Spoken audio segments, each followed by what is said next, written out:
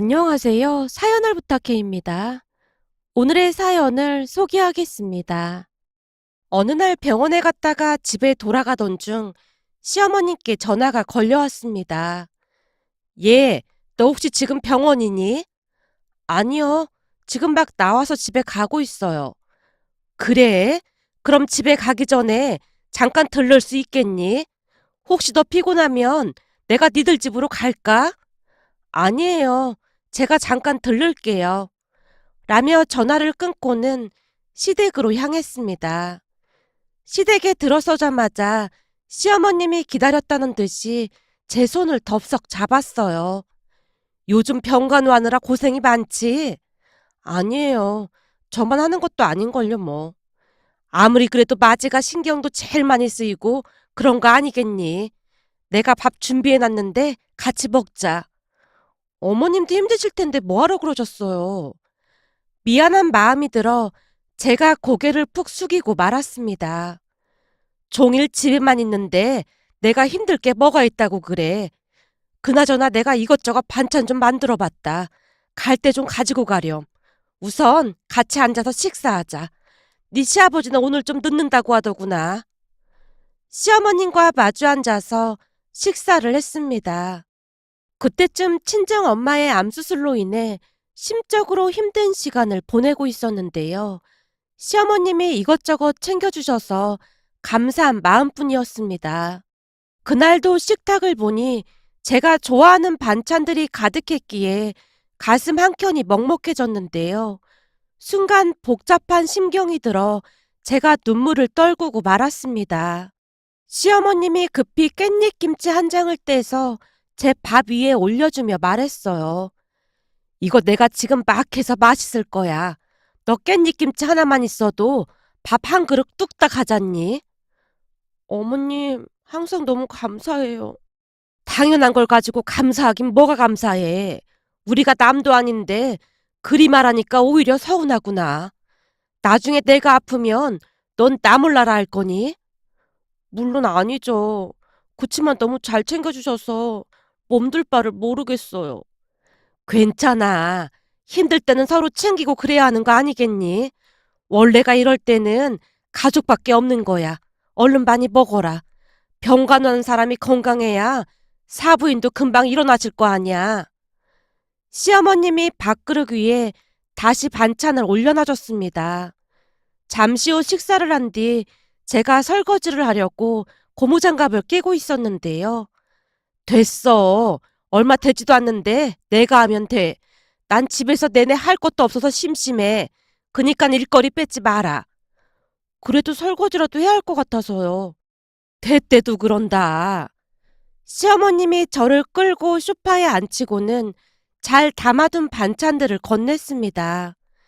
이건 가져다가 냉장고에 잘 넣어두고, 그리고 이건 내가 고민하다가 조금 넣어봤다. 이게 뭐예요? 그냥 얼마 되진 않지만 사부인 맛있는 거 사드리라고. 내가 들어보니 암수술하고 나면 입맛이 없어서 힘들다고 하더구나. 네가 입맛 땡기는 걸로다가 잘 챙겨드려라. 어머님, 이렇게까지 안 하셔도 됩니다. 진짜 괜찮아요. 예, 그냥 넣어둬라. 사실 내가 고민 많이 했어. 그 병원비 말이다. 내가 듣자하니 사부인이 들어놓은 보험도 없다고 하시던데 이걸로 그 병원비 보태라. 아니에요, 어머님. 병원비 낼 돈은 있어요. 형민이가 돈 주는 것도 잘 받아서 병원비하고 이건 비상금으로 가지고 있어라. 중간중간에 돈 필요할 때마다 형민이한테 말하기 좀 미안할 거 아니야. 내가 주는 돈은 형민이한텐 절대 말하지 말고. 네? 왜 말을 하지 말라는 거예요? 아무리 남편이라고 해도 일일이 돈 달라고 하면 치사하잖니. 그니까 그냥 네가 가지고 있다가 요긴하게 쓰라 그 말이야. 난 그것 말고도 돈 많으니까 아무 걱정하지 말고. 그리고 다시 한번 말하지만 이건 너랑 나랑 둘만의 비밀이다. 사실 난 네가 내 딸보다 더 딸 같아서 그러는 거야. 수빈이 그건 내가 낳은 딸이지만 하는 짓마다 다 마음에 안 든단 말이야. 근데 넌 내 배 아파 낳은 수빈이보다 말도 더 잘 통하고 너랑 있으면 마음이 편해. 그니까 너무 그렇게 냉정하게 선 긋지 마라. 그럼 나 서운해서 삐칠 거니까. 친정엄마가 주는 돈이다. 그리 생각해.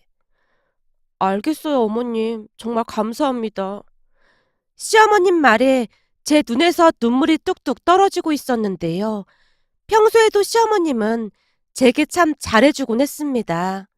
결혼 전 인사를 왔을 때도 남편에 비해 학벌이나 모든 것이 많이 부족했지만 어쩜 이렇게나 참한 사람을 데리고 왔어.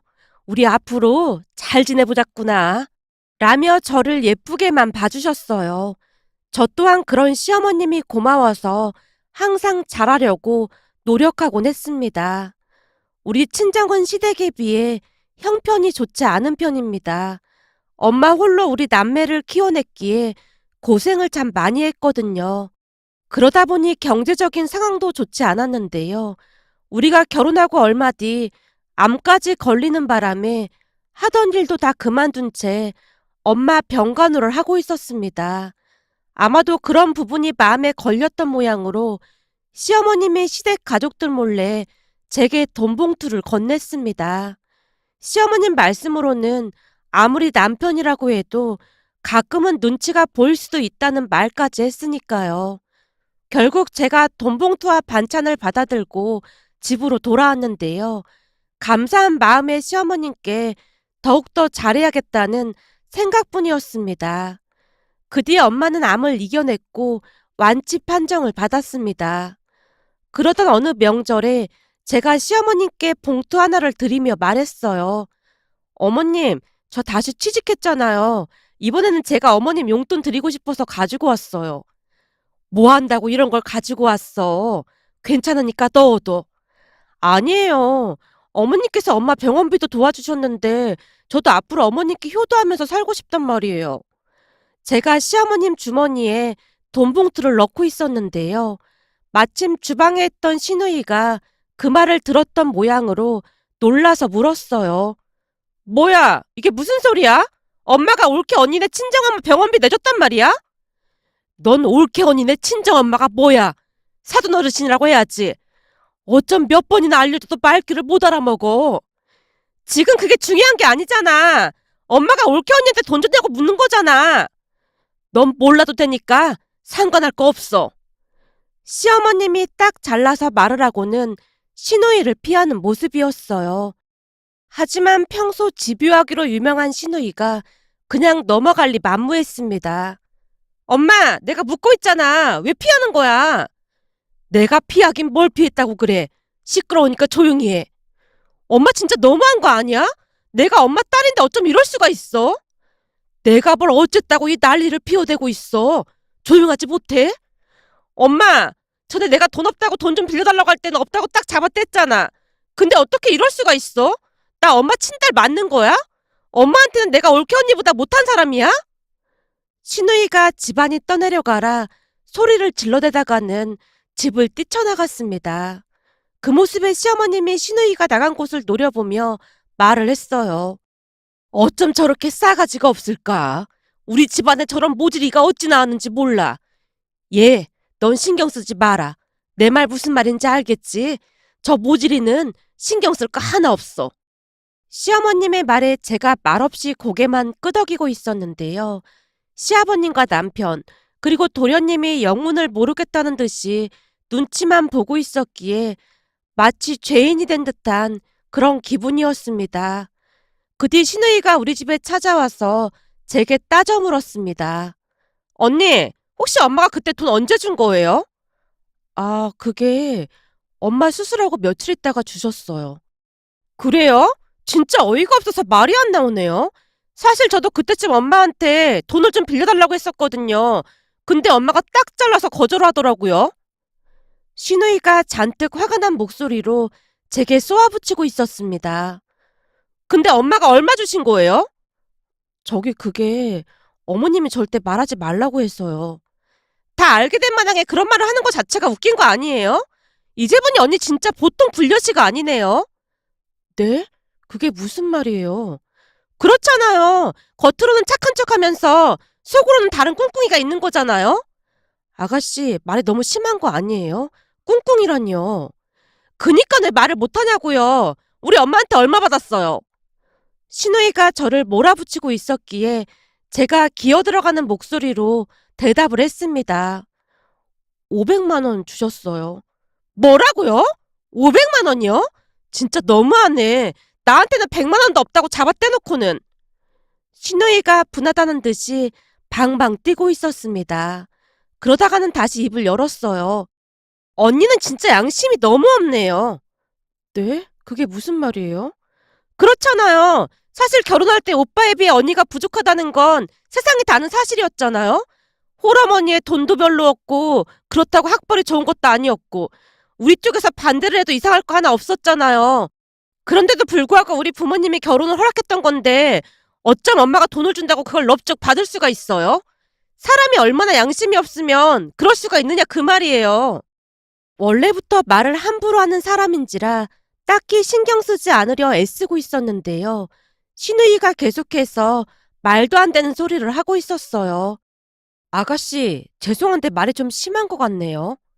심하긴 뭐가 심해요. 학벌이 안 좋으니까 회사도 그런 코딱지만한 회사에 다니고 있고 대체 뭐 하나 잘난 게 없잖아요. 그런데 그 와중에 친정엄마 병원비까지 뜯어갈 생각을 해요? 아가씨가 화난 건 알겠지만 말을 좀 가려서 해주세요. 한 번만 더 그런 식으로 말하면 저도 더 이상 참지만 않을 겁니다.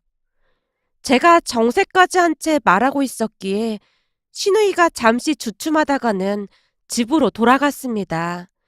그 뒤에도 신우이는 시댁가족들 몰래 시도 때도 없이 저를 힘들게 했지만 마주칠 일이 많지 않았기에 그냥 참고 넘기고 말았습니다. 그러다 어느 날은 도련님이 여자친구를 인사시켰고 몇 달 뒤 두 사람은 결혼식을 올렸습니다. 동서는 저와는 다르게 성격이 까칠해 보이는 인상이었지만 가족들에게 예의 바르게 행동을 했기에 다들 큰 불만은 없었습니다. 다만 매사 기분 나쁘게 툭툭 내뱉는 신우이에게는 거침없이 말을 하기도 했어요. 어느 날은 시댁에 일이 있어서 가족 모두 모였는데요. 명품백을 들고 있던 동서를 보며 신우이가 비아냥댔어요. 올케는 중견기업 다니면서 명품백을 가지고 다니네. 그럼 명품백은 나 같은 대기업 다니는 사람들이 가지고 다녀도 좀 과하다는 소리 듣는데 너무 사치가 심한 거 아니야? 형님, 이건 친정엄마가 선물해 주신 거니까 신경 쓰지 마세요. 엄마가 사주시는 걸 억지로 안 받는다고 할 필요는 없는 거잖아요. 그리고 우리 회사가 중견기업이긴 해도 명품백 하나 살 정도는 되니까 그것도 신경 쓰지 마세요. 그런 형님은 대기업식이나 다니는데 왜 항상 돈이 없다고 하시는 거예요?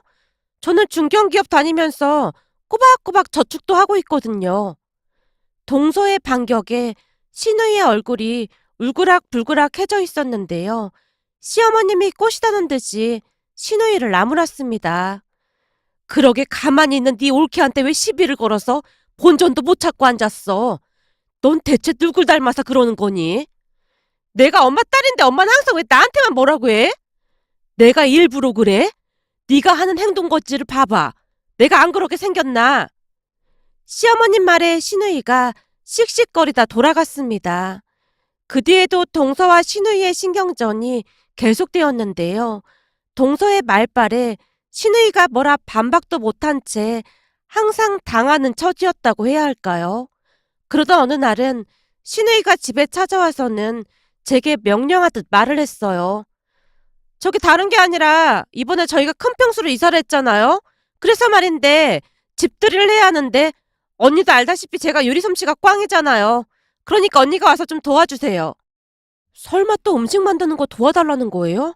얼마 전에도 음식하는 거 도와드렸잖아요. 이번에는 회사 사람들 초대해서 하는 집들이라 진짜 중요하거든요. 이번에도 언니가 좀 도와주세요. 언니도 알다시피 우리 회사가 대기업이잖아요. 그냥 회식 겸 해서 초대할 생각이거든요. 아가씨, 매번 이러면 저도 힘들어요. 제가 무슨 가사 도우미도 아니고 너무하잖아요. 언니, 우리 엄마는 언니를 딸처럼 생각하고 그렇게 잘해주는데 언니는 너무 선을 긋는 거 아니에요? 우리 엄마가 알면 얼마나 서운하겠어요? 우리 둘이 잘 지내야 엄마도 좋아할 거 아니에요. 거기다 우리 엄마가 새언니네 엄마 병원비도 보태줬잖아요. 그럼 시댁에 이 정도는 당연히 해야 하는 거 아니에요? 신우이가 시어머님을 들먹이며 저를 압박하고 있었기에 어쩔 수 없이 또 허락을 하고 말았는데요. 우리가 다투게 되면 시어머님이 속상해 하실 거라는 생각이 먼저 들었으니까요. 그때 당시에는 딱 한 번만 더 도와주고 다시 도와달라고 하면 거절을 해야겠다는 생각뿐이었습니다. 그렇게 시간이 지나 집들이 날이 되었기에 회사에 하루 휴가까지 낸 채 아침 일찍 시누이 집으로 가서 내내 집들이 음식을 만들었습니다. 음식이 다 만들어질 무렵 시누이 회사 사람들이 우르르 몰려들어왔고 진수성찬이 차려진 상을 보며 다들 좋아하는 모습이었습니다. 식사를 하고 난 뒤 시누이네 회사 과장이란 사람이 고스톱을 치자는 말을 하더니만 거실에 담요를 깔고 직원들이 술을 마시며 고스톱을 치기 시작했는데요. 시누이가 또다시 저를 식무 부리듯 과일과 차를 가지고 오라며 명령하듯 말했어요. 제가 한숨을 내쉬며 준비를 해서 거실로 나갔더니 바닥에 5만 원짜리 지폐가 꽤 많아 보였습니다.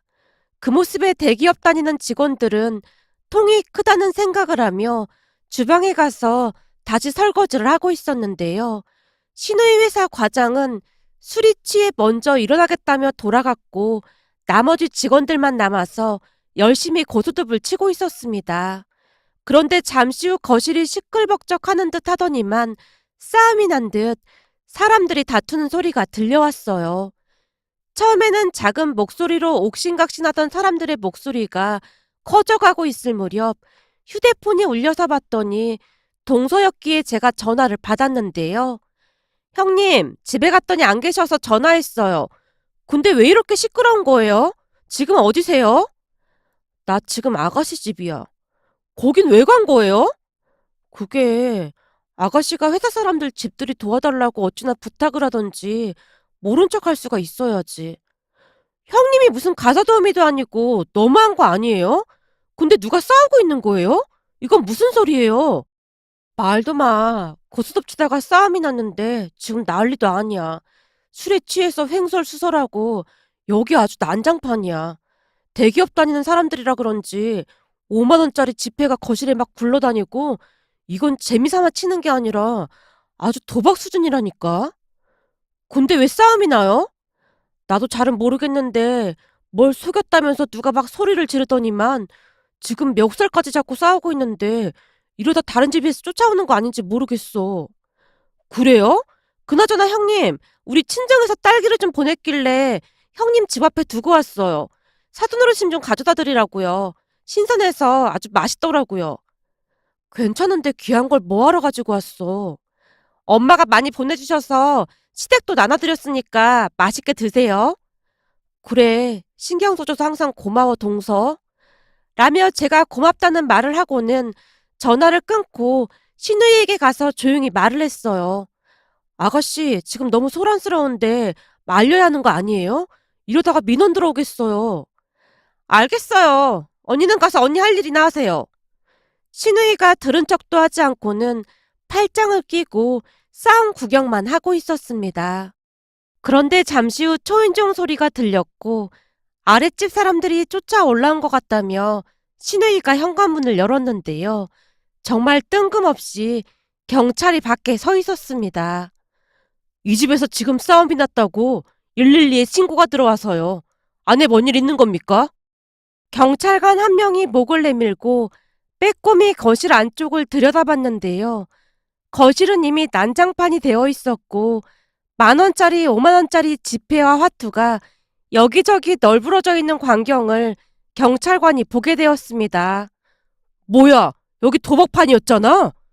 순간 다른 경찰관 한 명이 어딘가로 급하게 무전을 하고 있었고 경찰관이 거실로 뛰어들어왔습니다. 자, 다들 그 자리에서 한 발자국도 움직이지 마세요. 이게 다 얼마야? 지금 당신들 도박 혐의 현행범으로 체포합니다. 라며 경찰관이 미란다 원칙을 고지하고 있었고 신우이 회사 직원들이 사색이 된 채 벌벌 떨고 있었어요. 곧 경찰차 한 대가 더 도착을 했는데요. 우리 모두는 꼼짝없이 경찰서로 가게 되었습니다. 그런 와중에 제가 급히 남편에게 전화를 걸어서 사실을 말했어요. 여보, 여기 땡땡 경찰서인데 빨리 와줘야겠어. 지금 난리 났어. 뭐? 그게 무슨 소리야? 당신 오늘 야간 있다고 했잖아. 근데 경찰서엔 왜 간 거야? 지금 그게 중요한 게 아니고 아가씨가 뭐 좀 도와달라고 해서 아가씨 집에 있다가 우리 지금 경찰서에 연행돼서 왔다니까. 대체 이게 무슨 말이야? 연행이라니. 매제도 경찰서에 있다는 거야? 나도 잘은 모르겠는데 어디 출장이라고 들었던 것 같은데 한번 연락해봐. 라며 제가 발만 동동 구르고 있었습니다. 그 뒤 남편뿐만 아니라 시부모님도 경찰서로 왔고 한마디로 집안이 발칵 뒤집어지고 말았습니다. 거기다 저를 불러다 식모 부리듯 시켜먹은 게 다 밝혀졌기에 경찰서에 도착한 시어머님이 시누이의 등짝을 있는 대로 날렸어요. 이런 정신 나간 것이 어딨어 그래? 네가 뭔데 새언니를 부려먹어? 그냥 요리 좀 시킨 걸 가지고 왜 그래? 그리고 지금 그게 문제가 아니라 우리 어떡하지? 이게 그래도 정신을 못 차렸네. 너 이제 집에 발도 들이지 마. 어디 할 짓이 없어서 그따위 짓을 하고 앉았어. 시아버님조차도 시누이를 몰아붙였습니다. 그렇게 어찌어찌 시누이와 저는 경찰서에서 나올 수 있었는데요. 시누이네 회사 직원 가족들도 경찰서로 쫓아와서 난리도 아니었습니다. 결국 시누이는 시부모님에 의해 본가에 출입 금지 명령이 내려졌습니다. 시부모님이 연락도 받지 않고 만나주지도 않았으니까요. 그런데 며칠 전 동서가 제게 충격적인 사실을 털어놨어요. 형님, 그때 저도 경찰에 신고했어요. 뭐? 경찰에 신고를 하다니? 그게 무슨 말이야? 그때 형님의 시누이 집들이 도와주던 날 말이에요. 그날 저도 신고를 했다고요.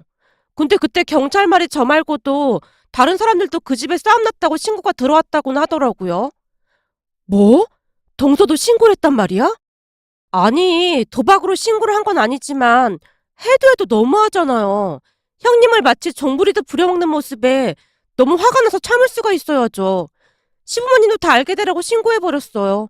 저는 시누이 행동이 진짜 이해가 안 되었거든요. 자기가 돈 좀 있고 좋은 회사 다니는 걸 가지고 갑질하는 거 그거 진짜 나쁜 거예요.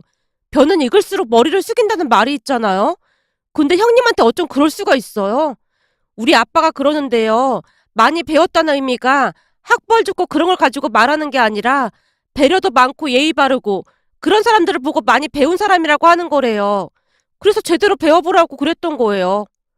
동서가 조용히 말을 하고 있었는데요. 동서의 말이 틀린 말이 아니라는 생각이 들었습니다. 그러면서 똑부러지게 행동하지 못한 제 자신이 참 한심해 보이기까지 했습니다. 그 뒤에도 시누이는 혹여나 경찰서에서 연락이 올까 싶어 노심초사했다는 말만을 들었을 뿐이었습니다. 그렇게 시누이는 시댁 가족들과 연락을 끊고 살고 있습니다.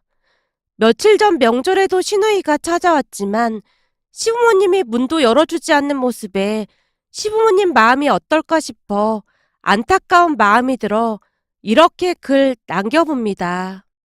오늘의 사연은 여기까지였습니다. 즐겁게 보셨다면 구독, 좋아요 부탁드립니다. 고맙습니다.